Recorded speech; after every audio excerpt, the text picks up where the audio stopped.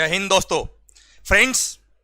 Reverse charge mechanism and electronic commerce operator under section number 9 subsection 5। Okay sir, 939495 और same provision है section number 535455 of the IGST act. Okay सरकार, I hope आप अपनी पूरी positive energy के साथ पूरा कंसंट्रेशन, पूरा फोकस लगा रहे हो पढ़ाई पे और ध्यान दे रहे हो पढ़ाई पे। दुनियादारी गई तेल लगाने भाई, केवल और केवल आपका एक ही एम है, अभी आपको पास होना है, आपकी सक्सेस। और आपको जितने भी चैप्टर आप पढ़ रहे हो, जो भी टॉपिक आप पढ़ रहे हो, पूरा दिल से पढ़ना है, पूरी एनर्जी से पढ़ना है। सारी नेगेटिव एनर्जी को छोड़ दो पीछे, बस बढ़ जाओ आगे। देखना ये कुदरत भी आपके साथ देगी और माहौल बनना चाहिए आपके पढ़ाई में। आइए, reverse charge mechanism section number 9 subsection 3। Sir, section number 9 subsection 3 बोलता है गवर्नमेंट के पास पावर है कि वो चाहे तो कुछ गुड्स और सर्विसेज और बोथ को नोटिफाई कर सकता है। नोटिफाई करके बोल सकता है कि नोटिफाइड कैटेगरी ऑफ गुड्स और सर्विस और बोथ में recipient shall be liable to pay tax, और इन केसेस में, नोटिफाइड केसेस में, recipient will be treated as if he is the person liable to pay GST. और ये power use करके government ने कुछ गुड्स और कुछ सर्विसेज नोटिफाई करी। कौन सी गुड्स नोटिफाई करी ये हमारे सिलेबस में नहीं आता, पर कौन कौन सी सर्विसेज नोटिफाई करी सेक्शन नंबर 9 सबसेक्शन 3 में, ये हम पढ़ने वाले। ओके सेक्शन नंबर 9 सबसेक्शन 3 में कौन कौन सी सर्विसेज नोटिफाइड है। First, GTA, goods transport agency. Sir, GTA ने, ध्यान रखिएगा, रेट ऑफ टैक्स 5% है और सेकंड ऑप्शन है 12% टैक्स पे करने वाला। अगर जीटीए ने 12% टैक्स पे करने वाला ऑप्शन लिया है तो ऐसे केस में वो खुद लायबल होगा, फॉरवर्ड चार्ज लगेगा, वहां रिवर्स चार्ज नहीं लगेगा। पर जीटीए ने अगर 5% टैक्स वाला ऑप्शन लिया है तो ऐसे केस में रेसिपिएंट लायबल होगा टैक्स पे करने के लिए। पर रेसिपिएंट अगर इन 7 कैटेगरी ऑफ स्पेसिफाइड पर्सन में अगर कवर है तो ही टैक्स लगता है, वरना जीटीए ने जो सर्विसेज दी है इन 7 कैटेगरी के अलावा किसी और को दी तो जीएसटी एग्जम्प्ट है। भले रेट ऑफ टैक्स 12% वाला लिया या 5% लिया, उससे कोई फर्क नहीं पड़ता।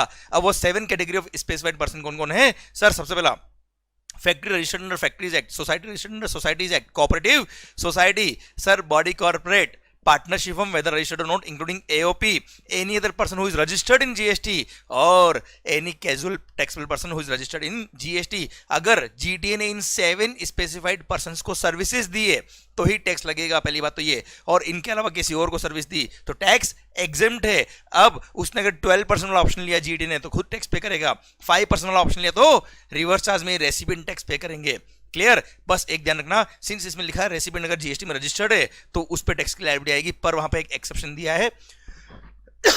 एक्सेप्शन ये है, अगर रेसिपिएंट कोई एस्टेब्लिशमेंट है या डिपार्टमेंट है, सेंट्रल गवर्नमेंट का, स्टेट गवर्नमेंट का या यूनियन टेरिटरी का, या कोई लोकल अथॉरिटी है या गवर्नमेंटल एजेंसी है जो जीएसटी में रजिस्टर्ड है only for the purpose of deducting TDS under section number 51।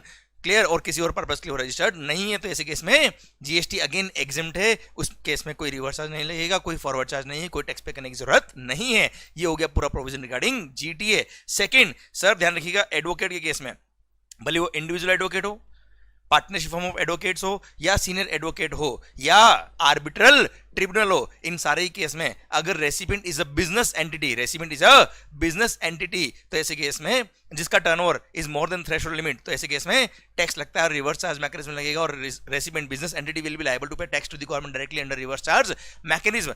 अच्छा ध्यान रखिएगा, सीनियर एडवोकेट ने अगर नॉर्मल एडवोकेट या फॉर्म ऑफ एडवोकेट को सर्विस दी है तो ऐसे केस में for the purpose of GST recipient माना जाएगा उस बिजनेस एंटिटी को जिसका वो केस रिप्रेजेंट कर रहा था, जिसका केस सीनियर एडवोकेट रिप्रेजेंट कर रहा था इन द कोर्ट। क्लियर? तो अल्टीमेटली रेसिपिएंट वो बिजनेस एंटिटी होगा और उसको टैक्स पे करना पड़ेगा under reverse charge mechanism. Next, अगर कोई भी सर्विसेज प्रोवाइड करी सेंट्रल गवर्नमेंट ने, स्टेट गवर्नमेंट ने, यूनियन टेरिटरी ने या लोकल अथॉरिटी ने, तो आपको पता है वैसे मेगा एग्जेम्पशन लिस्ट में हमने पढ़ा है, all the services provided by the central government, state government, union territory और local authority are exempt from GST except following 4। Clear?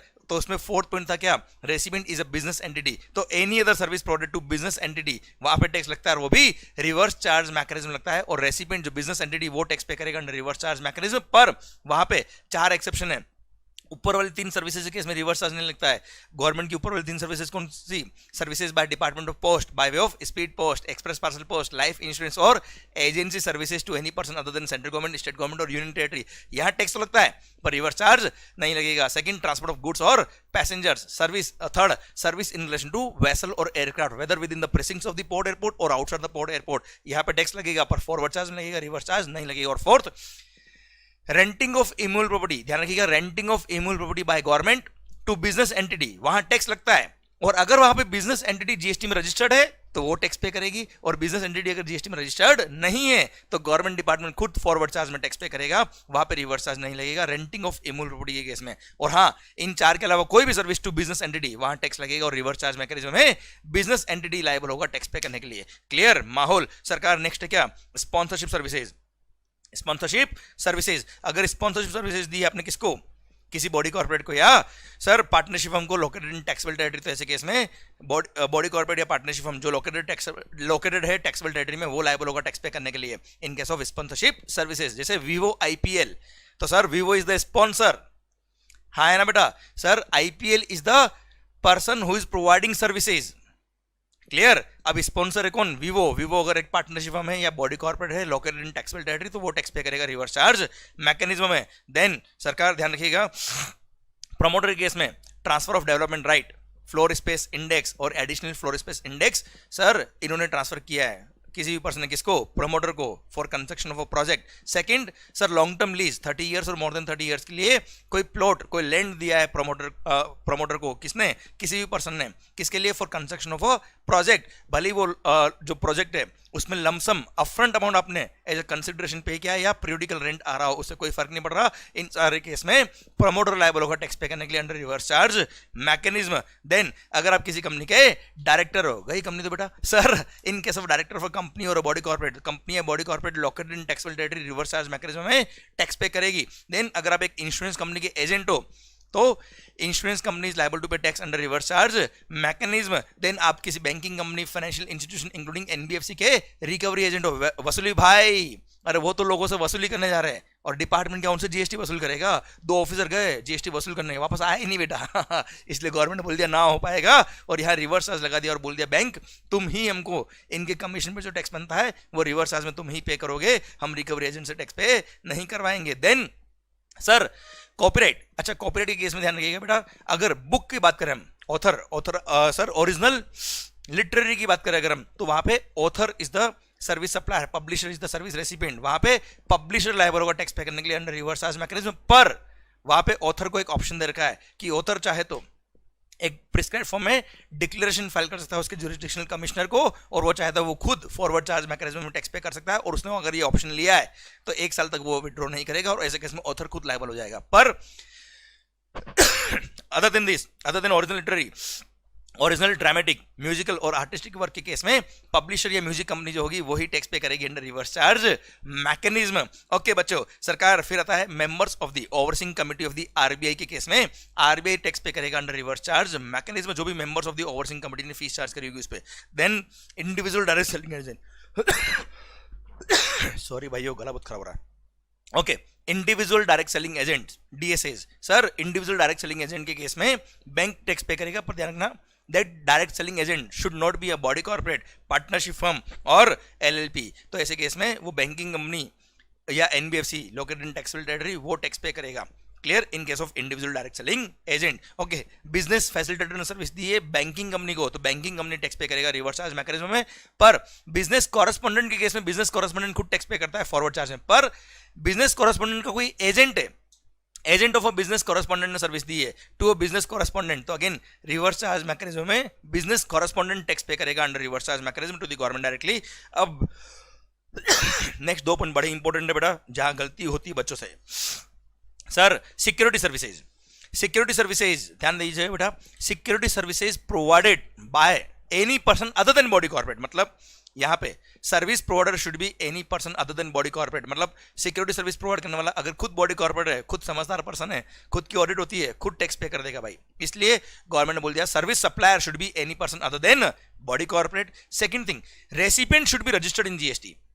अगर सिक्योरिटी सर्विस के केस में including supply of security personal, sir ध्यान रखना सिक्योरिटी सर्विस प्रोवाइड करने वाला should be other than body corporate और recipient should be registered in GST, तो ऐसे केस में रिवर्स चार्ज लगेगा और रेसिपिएंट टैक्स पे करेगा अंडर रिवर्स चार्ज मैकेनिज्म। पर अगेन 2 एक्सेप्शन है। फर्स्ट, अगर रेसिपिएंट कंपोजिशन स्कीम में रजिस्टर्ड है, मतलब जीएसटी में रजिस्टर्ड है but he has opted for composition scheme, तो ऐसे केस में रिवर्स चार्ज नहीं लगाएंगे। क्लियर। सेकंड, रेसिपिएंट वही गवर्नमेंट डिपार्टमेंट या गवर्नमेंट एस्टेब्लिशमेंट या गवर्नमेंट एजेंसी या लोकल अथॉरिटी है जो जीएसटी में रजिस्टर्ड है only for the purpose of deducting TDS under section number 51 and not for any purpose, तो ऐसे केस में सरकार वहां पे भी रिवर्स चार्ज नहीं लगाएंगे, भले वो जीएसटी में रजिस्टर्ड है पर फॉरवर्ड चार्ज ही लगेगा। नेक्स्ट बड़ा important point, renting of motor vehicle. Renting of motor vehicle which is design to carry passengers.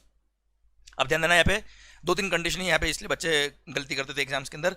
Renting of motor vehicle which is design to carry passengers, जिसमें service supplier should be any person other than body corporate और recipient should also be any person other than body corporate. Recipient should be a body corporate, मतलब recipient body corporate होना चाहिए और supplier should be any person other than body corporate. तो ऐसे case में renting of motor vehicle के case में body corporate which is located in taxable territory वो टैक्स पे करेगा रिवर्स चार्ज मैकेनिज्म में। प्लस ध्यान रखिएगा sir, renting of motor vehicle service को सप्लाई कर रहा है, उसने कॉस्ट ऑफ फ्यूल उसकी बिल में इंक्लूड करी होनी चाहिए। सेकंड, रेट ऑफ टैक्स जो 6% सीजीएसटी 6% एसजीएसटी मतलब 12% टैक्स पे करने वाला ऑप्शन उसने नहीं लिया होना चाहिए। अगर 12% टैक्स पे करने वाला ऑप्शन लिया होगा तो फॉरवर्ड चार्ज लगेगा बेटा उसमें। Okay, I repeat, renting of motor vehicle services, और मोटर व्हीकल कौन से, which are design to transport the passengers, clear, जिसके अंदर cost of fuel is included in the value, plus service supplier should be any person other than body corporate और recipient should be a body corporate, तो ऐसे case में reverse charge लगेगा। Last sir,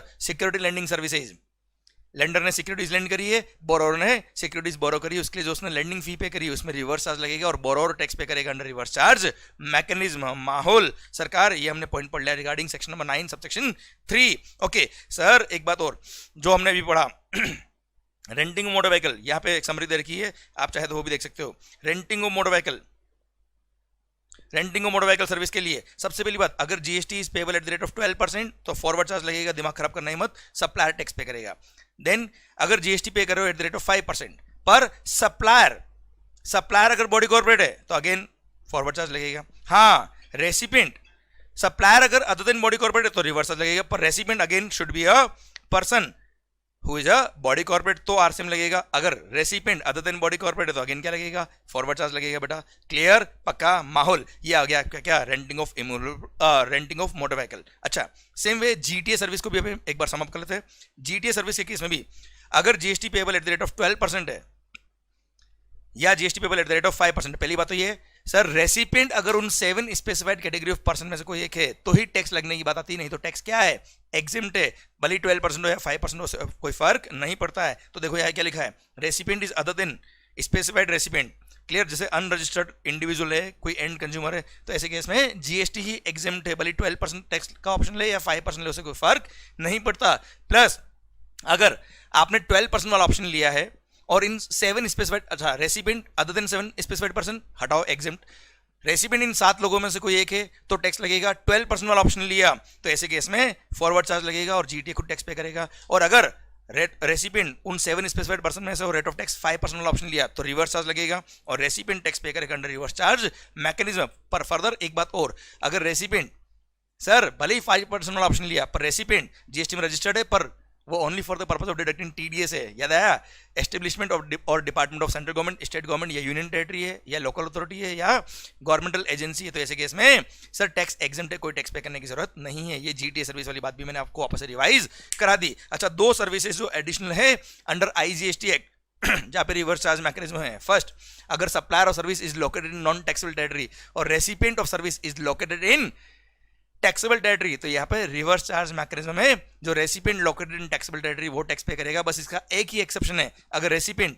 non taxable online recipient है। याद है क्या बेटा, आपने netflix.com का कोई वीडियो सब्सक्राइब किया, आप जीएसटी में इंडिया में रजिस्टर्ड नहीं हो, आप नॉन टैक्सेबल ऑनलाइन रेसिपिएंट हो, सप्लायर आउट ऑफ इंडिया है, रेसिपिएंट इंडिया में है, पर फिर भी यहाँ पे फॉरवर्ड चार्ज लगेगा और netflix.com इंडिया में आके टैक्स पे करेगा बेटा। क्लियर, बाकी हर केस में रेसिपिएंट टैक्स पे करता है अगर recipient is located in taxable territory. Clear, okay. Second, अगर transport of goods by vessel, मान लो सिंगापुर से गुड्स इंडिया में आ रहा है by vessel, shipping company out of India की है। Clear, transport of goods by a vessel from customs station located outside India to a place of customs station in India, goods Singapore से India में आ रहा है और जो supplier of service है, मतलब जो ट्रांसपोर्टर है वो आउट ऑफ इंडिया है, shipping company out of India, और रेसिपिएंट भी आउट ऑफ इंडिया का है, रेसिपिएंट ऑफ सर्विस भी नॉन टैक्सेबल टेरिटरी का है, तो ऐसे केस में टैक्स लगेगा। पर ध्यान रखना, यहाँ पे इंपोर्टर ऑफ गुड्स जो होगा वो टैक्स पे करेगा अंडर रिवर्स चार्ज मैकेनिज्म। ये 2 पॉइंट एक्स्ट्रा थे अंडर आईजीएसटी एक्ट। ओके, अब हम बात करें section number 9 subsection 4 and section number 9 subsection 5। Section number 9 subsection 4, ध्यान दीजिए, गवर्नमेंट के पास पावर है कि वो चाहे तो कुछ कैटेगरी ऑफ रजिस्टर्ड पर्सन को नोटिफाई कर सकती है और नोटिफाई करके बोल सकती है कि अगर इन रजिस्टर्ड पर्सन्स ने स्पेसिफाइड कैटेगरी ऑफ गुड्स और सर्विस और बहुत अनरजिस्टर्ड पर्सन से परचेज किया तो ऐसे केस में रिवर्स चार्ज मैकेनिज्म लगेगा और रेसिपिएंट जो जीएसटी में रजिस्टर्ड है वो टैक्स पे करेगा। और एट प्रेजेंट एक ही पर्सन नोटिफाइड है, वो नाम है क्या? प्रमोटर। कौन नाम है सर? प्रमोटर। अब सर प्रमोटर अगर परचेज करता है, प्रमोटर मतलब बिल्डर, सर प्रमोटर को नोटिफाई कर दिया कि ही इज द रजिस्टर्ड पर्सन। अब उसने अगर अनरजिस्टर्ड पर्सन से following category of goods purchase करी है तो रिवर्स चार्ज लगेगा और ऐसे केस में प्रमोटर टैक्स पे करेगा। अब उसमें 3 कैटेगरी ऑफ गुड्स है, पहले मैं बता रहा हूं। सीमेंट अगर 1 रुपए की भी सीमेंट अगर परचेज कर ली प्रमोटर ने अनरजिस्टर्ड पर्सन से तो रिवर्स चार्ज में उसको टैक्स पे करना है। सेकंड, कैपिटल गुड्स, कोई भी मशीन, कोई भी कैपिटल गुड्स अगर परचेज किया है प्रमोटर ने किससे? अनरजिस्टर्ड पर्सन से, तो उसको रिवर्स चार्ज में टैक्स पे करना है। और नेक्स्ट है सीमेंट और कैपिटल गुड्स के अलावा अच्छा transfer of development right, floor space index, long term lease पे जो लैंड लेता है प्रमोटर, इन पे तो रिवर्स चार्ज लगेगा।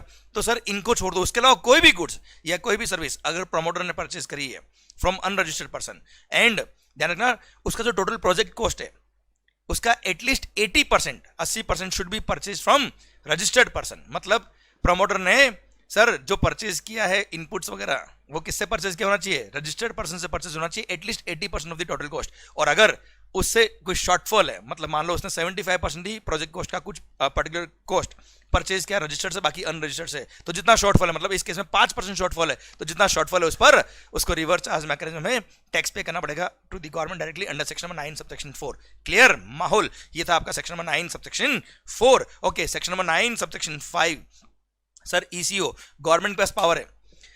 सेक्शन नंबर 9 सबसेक्शन 5 बोलता है गवर्नमेंट के पास पावर है कि वो चाहे तो कुछ सर्विसेज को नोटिफाई कर सकता है। Only services are here. Sir केवल सर्विसेज को नोटिफाई कर सकता है और वो सर्विसेज अगर आपने इलेक्ट्रॉनिक कॉमर्स ऑपरेटर के थ्रू सप्लाई करी है तो वहां पे ECO will be treated as if he is the supplier of such services और ईसीओ को सप्लायर मानते हुए सारे प्रोविजन अप्लाई करेंगे। और हाँ, ईसीओ का फिजिकल प्रेजेंस अगर इंडिया में है तो वो खुद टैक्स पे करेगा, नहीं है तो उसका रिप्रेजेंटेटिव ऑफिस इंडिया में जो होगा वो टैक्स पे करेगा, और वो भी नहीं है तो they will have to appoint a person in India who will pay tax on their behalf. मतलब पे तो ईसीओ को ही करना पड़ेगा इन 3 केसेस में। और वो 3 केस कौन कौन से है? फर्स्ट, अच्छा ध्यान रखना, सिंस ईसीओ को यहाँ पे सप्लायर मान लिया है इसलिए इसको रिवर्स चार्ज मैकेनिज्म नहीं बोलते। 9(5) is forward charge mechanism, 9(3) and 9(4) recipient is treated as if they are the person liable to pay tax, और वहां पर रिवर्स चार्ज मैकेनिज्म बोलते हैं क्योंकि रेसिपिएंट टैक्स पे करता है, यहाँ पे सप्लायर ही टैक्स पे कर रहा है, बस सप्लायर ईसीओ को मान लिया गया। 3 सर्विस कौन कौन सी है?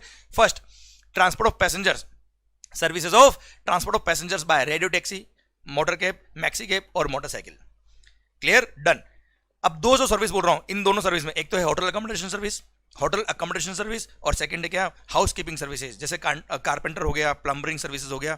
इन दोनों केस में होटल अकोमोडेशन और हाउस कीपिंग सर्विसेज में अगर supplier of service is not liable to be registered in GST तो ही सेक्शन नंबर 9 सबसेक्शन 5 लगेगा। मतलब अगर supplier of service liable to register GST में, वो खुद जीएसटी में रजिस्टर्ड है, तो ऐसे केस में 9(5) नहीं लगेगा। क्लियर? पर टैक्सी वाले केस में सर हमेशा ही 9(5) लगेगा। क्लियर? पक्का? डन। भारत माता की जय। इसी के साथ पूरा सेक्शन नंबर 9 सबसेक्शन 5 खत्म होता है। अब सर जो हमने सेक्शन नंबर 9 पढ़ा, 9(3), 9(4), 9(5), वही सेक्शन नंबर 5(3), 5(4), 5(5) है, और इसी के साथ भारत माता की जय पूरा पॉइंट खत्म होता है। अब आईजीएसटी एक्ट में बस इंटरस्टेट सप्लाई लिखा है, यहाँ इंट्रास्टेट लिखा। 9(3) के अंदर जो सर्विसेज है वो सब 5(3) में भी कवर है। 2 सर्विसेज एक्स्ट्रा थी आईजीएसटी एक्ट में जो मैंने आपको बता दी अलग से। पर sir only thing is that आपके एंड पे कंप्लीट होना इज वेरी इंपॉर्टेंट। तो sir I hope you are enjoying these lectures, पर हाँ आपका पूरा फोकस इन लेक्चर पे होना चाहिए। मैं अभी भी कह रहा हूं आपसे, जितना भी नेगेटिव माहौल कहीं भी चल रहा हो उसको जब तक आप ध्यान देते रहेंगे सर कुछ ना हो पाएगा। आपका पूरा एनर्जी इधर लगना चाहिए क्योंकि टाइम कहाँ है हमारे पास। पूरा एनर्जी वर्ल्ड को भूल जाइए, एक ही तरफ ध्यान। जैसे सर अर्जुन को ध्यान है सर, केवल जहां तीर लगाना था मछली की आंख केवल वो दिख रही थी, बस आपको भी वैसे ही दिखना चाहिए। दिन रात उठते सोते सब कुछ टाइम आपका जो टारगेट है वही आपको दिखना चाहिए, और उस अकॉर्डिंग आपको मेहनत करनी पड़ेगी।